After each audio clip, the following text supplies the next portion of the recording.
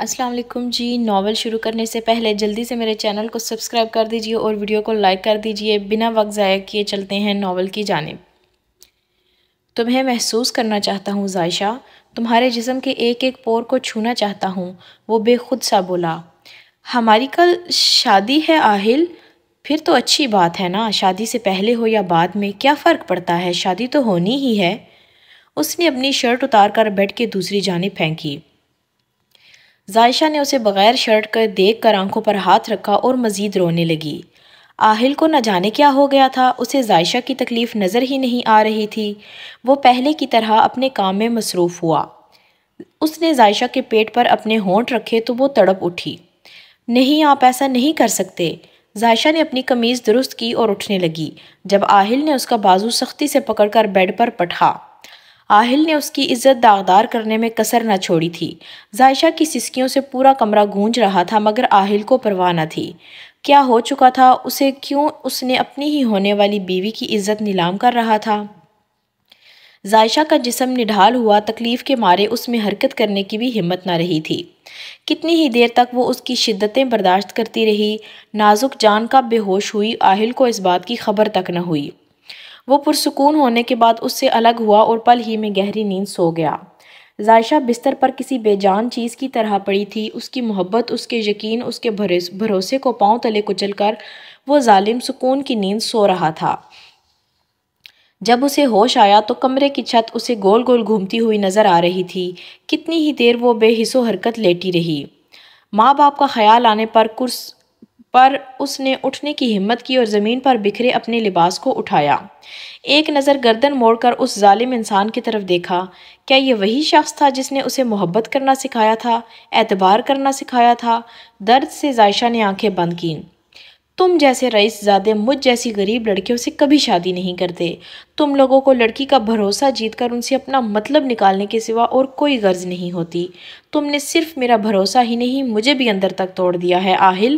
تم مجھے دوبارہ کبھی نہیں دیکھ سکو گے، کیونکہ میں صرف تمہاری زندگی سے ہی نہیں، اس دنیا سے بھی ہمیشہ کے لیے جا رہی ہوں۔ رات کے 12 بجے وہ ہوٹل سے نکل کر گھر کے راستے چلنے لگی۔ وہ ہر قدم پر مشکل اٹھا پا رہی تھی، آنکھوں سے آنسو متواتر بہہ رہے تھے۔ اس نے ایک رکشے والے کو اشارہ کیا اور اس میں بیٹھ گئی۔ کچھ دیر بعد رکشہ اس کے گھر کے آگے رکا اور باہر نکلی اور اپنے گھر کی طرف دیکھنے لگی۔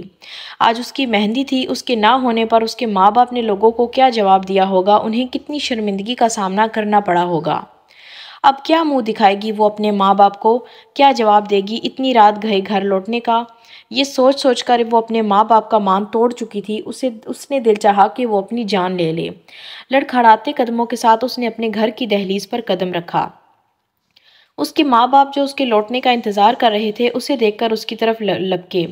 انہوں نے ابھی کچھ بولنے کے لیے لب کھولے ہی تھے جب ان کی نظر زائشہ کی بکھری حالت پر پڑی۔ صدیق صاحب اور رخسانہ دونوں ہی یک ٹک زائشہ کی طرف دیکھنے لگے۔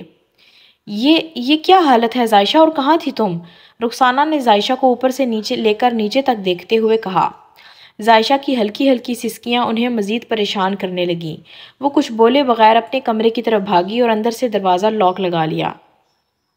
صدیق صاحب اور رخسانہ اس کے پیچھے بھاگے۔ زائشہ دروازہ کھولو، کیا ہوا ہے؟ رخسانہ دروازہ کھٹکھٹاتے ہوئے بولی۔ کمرے سے زائشہ کے چیخ چیخ کر رونے کی آوازیں آنے لگیں۔ صدیق صاحب اور رخسانہ دونوں کے ہی پاؤں تلے سے زمین نکلی۔ زائشہ بیٹی دروازہ کھولو، اپنے امی ابو کو بتاؤ کیا ہوا ہے۔ صدیق صاحب کی آواز بھرانے لگی۔ زائشہ مزید چیخنے لگی۔ کتنی ارمان تھے اس کے آہل کے ساتھ شادی کو لے کر، سب ایک ہی پل میں چکنا چور ہو چکے تھے۔ زائشہ نے اپنی چادر اتار کر پھینکی اور کسی پاگل کی طرح اپنے والوں کو کھینچنے لگی۔ وہ اونچی اونچی رو رہی تھی کہ شاید اس طرح اس کے دل کو سکون مل سکے، مگر سکون شاید اس سے روٹھ چکا تھا۔ اس نے روتے ہوئے سر دروازے کے ساتھ ٹکایا جب اس کی نظر چھت سے لٹکتے پنکھے پر پڑی۔ ایک پل کے لیے وہ کچھ سوچتے ہوئے ساکت ہوئی، لڑکھڑاتے قدموں کے ساتھ کھڑی ہوئی، اپنی چادر اٹھائی اور ایک ٹیبل رکھ کر اس پر کھڑی ہوئی۔ صدیق صاحب اور رخسانہ اسے خاموش پا کر کھڑکی کی طرف بھاگے۔ زائشہ کو پنکھے کے ساتھ دوپٹہ باندھتے دیکھ کر ان کے پاؤں تلے سے زمین نکلی۔ زائشہ میری بچی، رخسانہ سر پر ہاتھ رکھتے ہوئے چلائی۔ صدیق صاحب کچھ کریں اس سے پہلے کہ ہماری بچی کو کچھ ہو نہ جائے۔ وہ دھاڑے مار کر رونے لگی۔ سلطان صاحب کا دل زائشہ کو اس حالت میں دیکھ کر کانپ اٹھا، اپنے آس پاس نظر دوڑانے لگے۔ انہوں نے ایک ہتھوڑی اٹھا کر دروازے کے لاک کی جگہ مارنی شروع کی۔ اس دوران ان کے ہاتھ کانپ رہے تھے۔ لکڑی کا دروازہ ہونے کی وجہ سے لاک آسانی سے کھل گیا اور وہ اندر کی طرف بھاگے۔ ظاہشہ پنکھے کے ساتھ لٹکے تڑپ رہی تھی۔ صدیق صاحب نے بھاگ کر اس کو ٹانگوں سے پکڑ کر اوپر کیا۔ رخسانہ نے جلدی سے گرا ہوا ٹیبل سیدھا کیا اور اس پر چڑھ کر پنکھے سے چادر کھولنے لگی۔ ظاہشہ میں بولنے کی ہمت تو نہ تھی، وہ انہیں ہاتھ سے اشارہ کر رہی تھی جیسے وہ کہہ رہی ہو مجھے مرنے دیں۔ انہوں نے ظاہشہ کو لٹایا اور اس کی گردن سے چادر نکالی۔ کھانس کھانس کر اس کی حالت خراب ہو رہی تھی۔ اس وقت ان کے گھر میں مرگ کا سما تھا۔ رخسانہ نے ظاہشہ کے منہ کو پانی کا گلاس لگایا جسے پی کر اس کی حالت کچھ سنبھلی۔ خودکشی کرنے کا فیصلہ کیسے کر لیا تم نے؟ ایک بار بھی ہمارا نہ سوچا؟ رخسانہ نے روتے ہوئے کہا۔ تمہارے بغیر تو ہم جیتے جی مر جاتے۔ صدیق صاحب نے روتے ہوئے اپنے چہرے پر ہاتھ رکھا۔ ظاہشہ بتاؤ کیا ہوا ہے تمہارے ساتھ؟ رخسانہ نے پوچھا۔ امی آہل نے مجھے برباد کر دیا۔ اتنا کہتے ہوئے وہ پھر سے سکسکنے لگی تھی۔ اس کی بات سن کر رخسانہ اور صدیق صاحب دونوں کے سر پر ساتوں آسمان گرے۔ امی میں اس رسوائی کے ساتھ زندہ نہیں رہنا چاہتی، میں مر جانا چاہتی ہوں۔ وہ سسکیوں میں بمشکل بول پا رہی تھی۔ نہیں میری بچی، اللہ انصاف کرنے والا ہے اور خودکشی تو حرام ہے۔ تمہارا جب کوئی قصور نہیں تو تم اپنی جان پر ظلم کیوں کرو گی؟ صدیق صاحب اس کے سر پر ہاتھ رکھتے ہوئے بولے۔ ابو پھر مجھے کہیں دور لے چلیں، اتنی دور جہاں اس شخص کا سایہ بھی مجھ پر نہ پڑ سکے۔ ظاہشہ کی بے بسی کی انتہا تھی۔ ٹھیک ہے میری بچی، ہم آج رات ہی اس گھر سے نکل جائیں گے۔ آج رات؟ مگر کیسے؟ رخسانہ ان کی بات پر حیران ہوئی۔ ہم اس گھر کو جلا دیں گے تاکہ لوگ سمجھیں کہ ہم سب نے خودکشی کر لی۔ ویسے بھی ظاہشہ کے اپنی مہندی والی رات غائب ہونے پر محلے کی عورتوں نے بہت باتیں بنائی ہیں اور اب ہمارا اس محلے میں رہنا مناسب بھی نہیں۔ رخسانہ ابھی ضرورت کا سامان باندھو، ہمیں صبح ہونے سے پہلے یہاں سے نکلنا ہوگا۔ قسمت پر روتی رخسانہ اٹھی اور سامان باندھنے لگی۔ صدیق صاحب نے ظاہشہ کا سر چومتے ہوئے اسے اٹھایا۔ مجھ سے وعدہ کرو میری بچی، آئندہ کبھی بھی تم اپنی جان لینے کا فیصلہ نہیں کرو گی، چاہے زندگی میں کتنی ہی بڑی مشکل کیوں نہ آئے، اس کا سامنا کرو گی۔ ظاہشہ نے اپنی سرخ آنکھیں صاف کیں اور اس بات میں سر ہلایا۔ صدیق صاحب نے چولہے کے پاس پڑی پیٹرول کی بوتل اٹھائی اور گھر میں چھڑکنا شروع کر دی۔ ظاہشہ اور رخسانہ کو گھر سے باہر کھڑا کر کے انہوں نے جلتا ہوا لائٹر ایک کمرے کے اندر پھینک دیا۔ ایک دم سے آگ بھڑکی اور تیزی سے دوسرے کمرے تک پہنچ گئی۔ وہ جلدی سے باہر نکلے۔ چلو جلدی چلو، اس سے پہلے محلے والے جاگ جائیں۔ صدیق صاحب نے کچھ سامان اٹھایا اور کچھ رخسانہ نے اٹھایا، پھر وہ تینوں لہو لہان دل کے ساتھ گھر کو دیکھتے ہوئے تیز تیز چلنے لگے۔ صدیق صاحب نے رہنے کے لیے مری کا شہر اس لیے منتخب کیا تھا کیونکہ یہاں شاید ظاہشہ کو سکون حاصل ہوتا۔ ظاہشہ نے سکون قلب اور خود کو مصروف کرنے کے لیے بچوں کو قرآن پاک پڑھانا شروع کر دیا۔ وہ آج تک آہل کے کیے گئے ظلم کو بھلا نہیں پائی تھی، مگر اس کو جینا تھا، اپنے ماں باپ کے لیے جن سے زیادہ اس دنیا میں ظاہشہ کو چاہنے والا اور کوئی نہ تھا۔ حال آہل ساکت کھڑا ظاہشہ کی باتوں کو سن رہا تھا۔ وہ چاہے نشے کی حالت میں تھا، پھر بھی اس نے کیسے ظاہشہ کو اتنی تکلیف دی، اس پر اتنا ظلم کیا؟ اس کی وجہ سے وہ کتنی ہی تکلیفوں سے گزر چکی تھی۔ آہل زمین پر بیٹھا، اس کے دل کا موسم آج پھر سے ناقابل برداشت تکلیف زد میں تھا۔ نیلی آنکھوں کے سمندر میں پھر سے طوفان آیا۔ چھل مارتا پانی ساحل سے نکلتا ہوا رخسار پر بہنے لگا۔ کیسے یقین دلاؤں اپنی بے گناہی کا، اس نے سوچتے ہوئے اپنا سر ہاتھوں میں پکڑا۔ ظاہشہ نے ایک نظر سے سکتے ہوئے آہل کی طرف دیکھا۔ آج وہ اسے تقریباً 1 سال بعد دیکھ رہی تھی۔ جس چہرے کو دیکھ کر وہ اپنی قسمت پر خوش ہوتی تھی، وہی تو تھا اسے اس حال میں پہنچانے والا۔ وہ دروازے کی طرف قدم بڑھانے لگی جب آہل کی آواز اس کی سماعت میں پڑی۔ رکو! ظاہشہ نے وہیں اپنے قدم روک دیے کیونکہ وہ بھی جاننا چاہتی تھی آخر اسے ڈھونڈنے کے پیچھے آہل کا کیا مقصد تھا۔ مجھے ایک بات کا صرف اتنا ہاں یا نہ میں جواب دینا۔ کیا تمہیں میری محبت پر یقین تھا؟ ظاہشہ خاموش رہی۔ بتاؤ کیا تمہیں مجھ پر یقین تھا؟ پھر سے سوال ہوا۔ یقین نام کی ہی تو سب سے بڑی غلطی کی تھی جو میں نے اپنی زندگی میں کر لی، وہ آہستہ آواز میں بولی۔ اگر یقین تھا تو اتنا کمزور کیوں؟ کیا میری محبت اتنی کمزور تھی جو تمہارا یقین ایک پل میں ٹوٹ گیا؟ وہ اس کے مقابل آ کر کھڑا ہوا۔ کیا تمہیں اس دن ایک بار بھی نہیں لگا کہ میں اپنے ہوش و حواس میں نہیں ہوں؟ آہل نے کہا تو ظاہشہ اس دن کے بارے میں سوچنے لگی جب اسے آہل بہکا بہکا سا لگ رہا تھا۔ ظاہشہ نے آہل کی طرف سوالیہ نظروں سے دیکھا۔ وہ ایک سازش تھی جو فاریہ نے کی تھی تاکہ میری تم سے شادی نہ ہو سکے۔ اس دن میں نے تمہیں وہ میسج نہیں کیا تھا زائشہ، فاریہ نے کیا تھا۔ تم خود ہی بتاؤ، پہلی رات جب تم مجھے میری گاڑی سے ملی تھی تو میرے گھر میں میرے کمرے میں اکیلی تھی، کیا میں نے تمہارے ساتھ کچھ کیا؟ اور جس رات میں تمہارے گھر آیا تھا، تمہارے ساتھ تمہارے کمرے میں تھا، آدھی رات کو اکیلے تھے ہم، کیا میں نے ایک بار بھی تمہیں چھونے کی کوشش کی؟ نہیں نا، کیونکہ تم پاک تھی زائشہ، اور تم سے ہونے والی میری محبت بھی پاک ہی تھی۔ زائشہ خاموش کھڑی اس کی باتیں سنتی رہی۔ ہمارے ساتھ ظلم کرنے والی لڑکی آج اپاہج ہے، نہ وہ اٹھ سکتی ہے نہ چل سکتی ہے، اسے اس کے گناہوں کی سزا مل چکی ہے، تو میں اور تم کس گناہ کی سزا کاٹ رہے ہیں؟ تم ایک بار اس رات کے اگلے دن کا انتظار کرتی، اگر مجھے صرف ہوس ہوتی تو میں تم سے شادی نہ کرتا، پھر تم کہتی کہ ہاں آہل تم نے میرا استعمال کیا۔ تمہیں مردہ جان کر میں کیسے زندگی گزار رہا تھا تم اس بات کا اندازہ بھی نہیں لگا سکتی۔ ایک ایک پل کانٹوں پر گزرا ہے میرا، اگر تم تب ہی مجھ سے ایک بار بات کر لیتی تو یہ سب نہ ہوتا۔ دیکھو میری طرف، کیا میں تمہیں وہی آہل لگتا ہوں؟ آہل نے زائشہ کا رخ اپنی طرف کرتے ہوئے کہا۔ زائشہ نے آہل کی طرف دیکھا، آنکھوں کے گرد ہلکے خشک ہونٹ، نارمل کٹنگ کے بال، اور وہ پہلے سے کافی کمزور ہو چکا تھا۔ زائشہ کی آنکھوں سے آنسو گرنے لگے، دل کے کسی کونے سے وہ بھی اسے روز پکارتی تھی کہ کبھی تو آئے اس کے ٹوٹے دل کو جوڑ دے، اس سے چھینی محبت کو لوٹا دے۔ آہل نے اسے روتا دیکھا، اس کا چہرہ ہاتھوں کے پیالے میں لے کر انگوٹھوں سے اس کے رخسار صاف کیے اور اپنے ہونٹوں سے اس کی پیشانی پر محبت کی پہلی مہر لگائی۔ صدیق صاحب اور رخسانہ کے لیے آہل کو معاف کرنا اتنا آسان نہ تھا، لیکن جب انہوں نے اس کے پیچھے سوچی سمجھی سازش کے بارے میں سنا تو حیران ہوئے۔ پھر زائشہ نے بھی آہل کو معاف کر دیا تھا، اس لیے انہوں نے بھی ماضی کو بھلانا بہتر ہی سمجھا۔ آہل زائشہ اور اس کے والدین کو لیے اپنے گھر آیا۔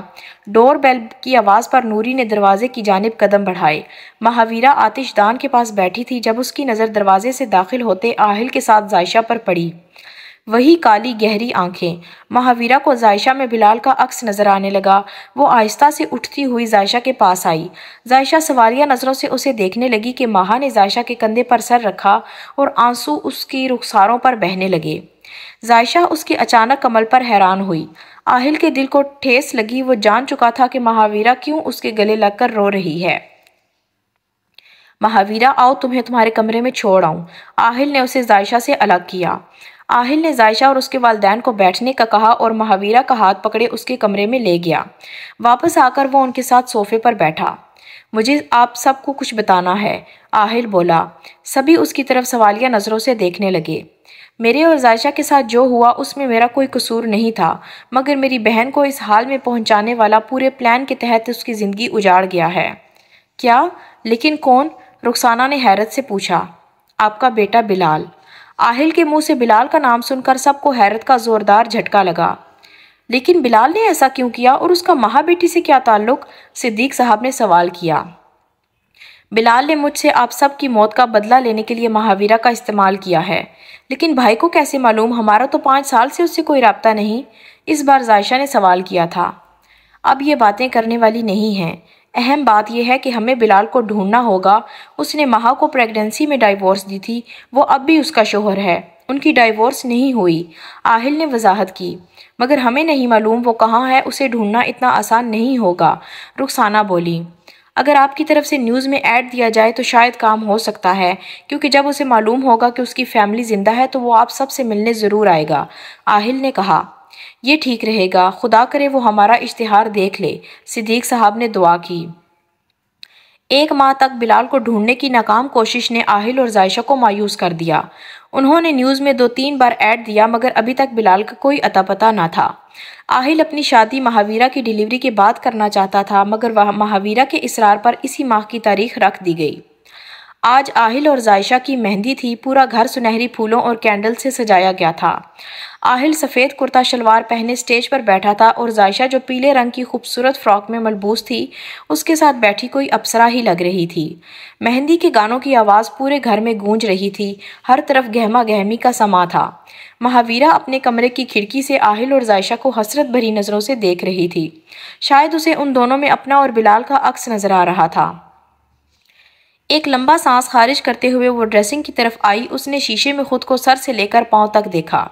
ہلکے سبز رنگ کی فراک جس پر سفید نگینے کا کام تھا، کمر تک آتے گھنے لمبے بال اور پاؤں میں سبز خسا پہنے وہ بہت خوبصورت لگ رہی تھی، مگر اس کا دل ان خوشیوں سے خالی تھا۔ جب سے عائشہ واپس آئی تھی، مہاویرہ کو بلال کی شدت سے یاد آنے لگی تھی۔ اس نے آنکھ سے نکلنے والا آنسو انگلی کی پور سے صاف کیا اور دروازے کی طرف قدم بڑھائے۔ باہر آ کر وہ ایک کرسی پر بیٹھی اور گھر کے ماحول کو دیکھنے لگی۔ ایک ایک کر کے سب آہل اور عائشہ کے ہاتھ پر مہندی لگانے کے بعد ان کا منہ میٹھا کر رہے تھے۔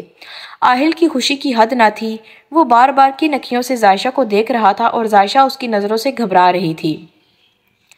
کتنے خوش ہیں سب، اور میری خوشی کہاں ہے؟ مہاویرہ نے خود سے سوال کیا۔ پھر اس نے اپنے پیٹ کی جانب دیکھ کر کہا، تم ہو میری خوشی۔ وہ مسکراتے ہوئے اپنے پیٹ پر ہاتھ رکھتے ہوئے بولی۔ پھر اس ہونے والے بچے کے باپ کا سوچ کر مہاویرہ کا دل پھر سے خون کے آنسو رونے لگا۔ اس بچے کو ماں کا پیار تو ملے گا مگر باپ کا نہیں۔ ماہا کی طرح اس بچے کی خوشیاں بھی ادھوری تھیں۔ تکلیف سے ماہا نے آنکھیں بند کیں۔ اچانک پورے گھر میں اندھیرا چھا گیا۔ لائٹ جانے پر سبھی مہمان سوال کرنے لگے۔ مہاویرہ ابھی تک آنکھیں بند کیے بیٹھی تھی۔ اسے باہر کے ماحول کی کیا پرواہ تھی جب اس کے اندر کا ماحول تکلیف زدہ تھا۔ تڑپائیں مجھے تیری سبھی باتیں، ایک بار تو اے دیوانی، جھوٹا ہی سہی پیار تو کر۔ مائک سے آتی آواز مہاویرہ کے کانوں میں پڑی تو اس نے فوراً سے آنکھیں کھولی، مگر اندھیرے کی وجہ سے وہ کچھ دیکھ نہ سکی۔ میں بھولا نہیں تیری حسین ملاقاتیں، بے چین کر کے مجھ سے نہ یوں پھیر نظر۔ بلال، مہاویرہ نے زیر لب کہا۔ اس کا جسم سکتے کی حالت میں تھا، وہ حرکت نہیں کر پا رہی تھی۔ سردی کی راتوں میں ہم سوئے رہے ہیں ایک چادر میں، ہم دونوں تنہا ہوں اور نہ کوئی ہو اس گھر میں۔ سٹیج سے ایک جگہ روشنی رونما ہوئی تو مہاویرہ نے اس طرف دیکھا۔ ایک شخص جو بلیک پینٹ کوٹ پہنے مہا کی طرف کمر کیے کھڑا تھا، اسے دیکھ کر مہا کرسی سے اٹھ کھڑی ہوئی۔ ذرا ذرا مہکتا ہے بہکتا ہے آج یہ میرا تن بدن، میں پیاسا ہوں مجھے بھر لے اپنی باہوں میں۔ اس نے مہاویرہ کی طرف اپنا رخ کیا تو مہا کے سر پر 7 آسمان ایک ساتھ ٹوٹ پڑے۔ بلال، جو شدت بھری نظروں سے مہاویرہ کو دیکھ رہا تھا۔ گھر کی لائٹس آن کر دی گئیں۔ بلال کے پیچھے کھڑے آہل اور عائشہ خوشی سے مسکرا رہے تھے۔ آہل نے مہا کو دیکھتے ہوئے سرپرائز میں لب ہلایا۔ بلال نے مائک ایک طرف رکھا اور مہا کی طرف قدم بڑھانے لگا۔ مہا آنکھیں کھولے بلال کو دیکھ رہی تھی۔ اس وقت اس کے جسم کے رونگٹے کھڑے تھے۔ بلال اس کے قریب آ کر کھڑا ہوا، آنکھوں میں ندامت، ہونٹوں پر معافی لیے اس نے نظریں جھکائی۔ آخر وہ مہاویرہ کی آنکھوں میں دیکھتا بھی تو کس منہ سے؟ پورے 8 ماہ 2 ہفتے بعد وہ شخص کیا واپس لوٹ آیا تھا؟ اس کی محبت کا گلا دبا دینے والا کیا واپس لوٹ آیا تھا؟ اس بار اس کا کیا پلان تھا؟ اب مہا کو کس وجہ سے استعمال کرنا تھا؟ مہاویرہ کے کسی قسم کے رد عمل نہ ہونے پر بلال نے اپنی آنکھیں اٹھا کر اس کی طرف دیکھا۔ اس کی آنکھوں میں دیکھنے کی دیر تھی کہ مہاویرہ اس کے بازوؤں میں جھول گئی۔